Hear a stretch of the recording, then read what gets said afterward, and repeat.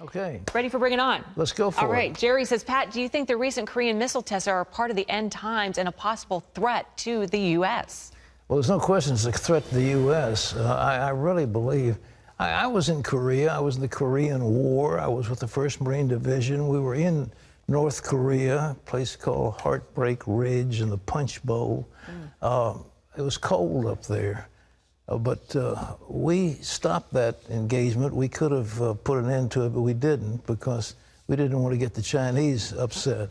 Well, the time has come that we've got to do something. This man's crazy. I mean, this Kim Jong-un.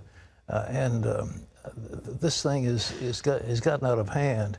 And they're a failed economy. They're desperately poor. They have a GDP that is less than probably any one of the states of the United States. But I think the time's going to come that we're going to have to blast them out of there. We've tried all kinds of negotiation. We've given them all kinds of concessions. And they take our money and then go back and export terror.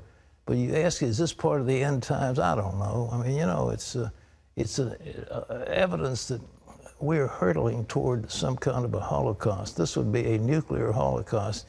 And what is happening is the United States and Russia have got enough weapons to obliterate civilization. I was watching a story about one of our nuclear submarines holds 600 nuclear missiles, enough power to obliterate most of civilization, one of our submarines. All right.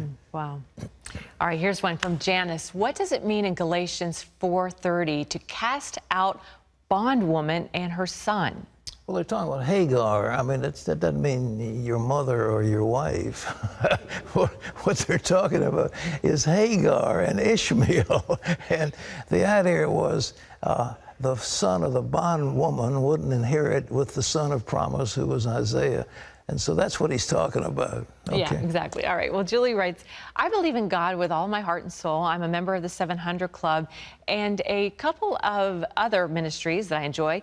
Is this considered tithing as well? I just don't feel led to commit to a church. I enjoy staying close to home and doing a lot of reading and listening to the Word by TV or CDs. What do you think?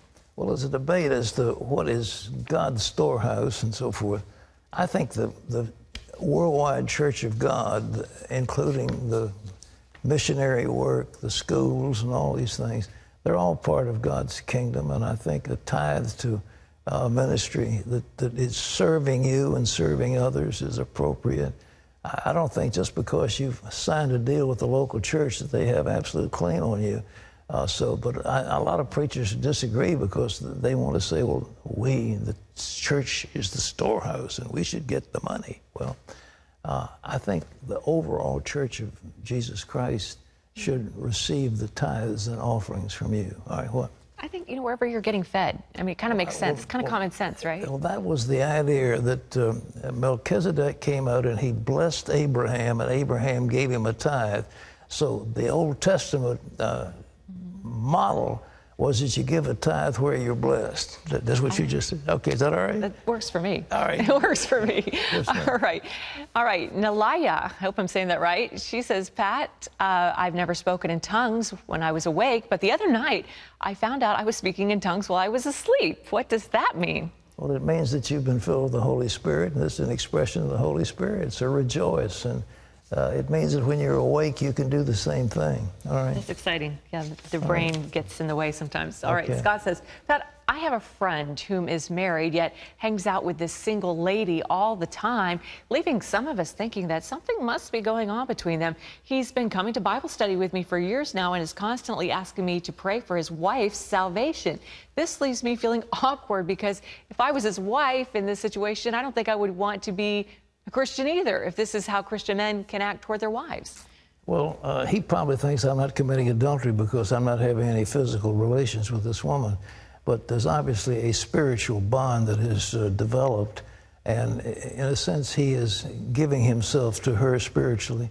Maybe his wife is not sharing in his spiritual journey or his spiritual experience. But that kind of thing shouldn't be. I mean, it's just really hard for married people to be in the presence of single women. And this is the case. She's looking for love, and he's looking for love, and they're getting together, and you say, is that right? No, it's not. I'm sorry. We leave you with today's Power Minute from Matthew. And whatever things you ask in prayer, believing, you will receive.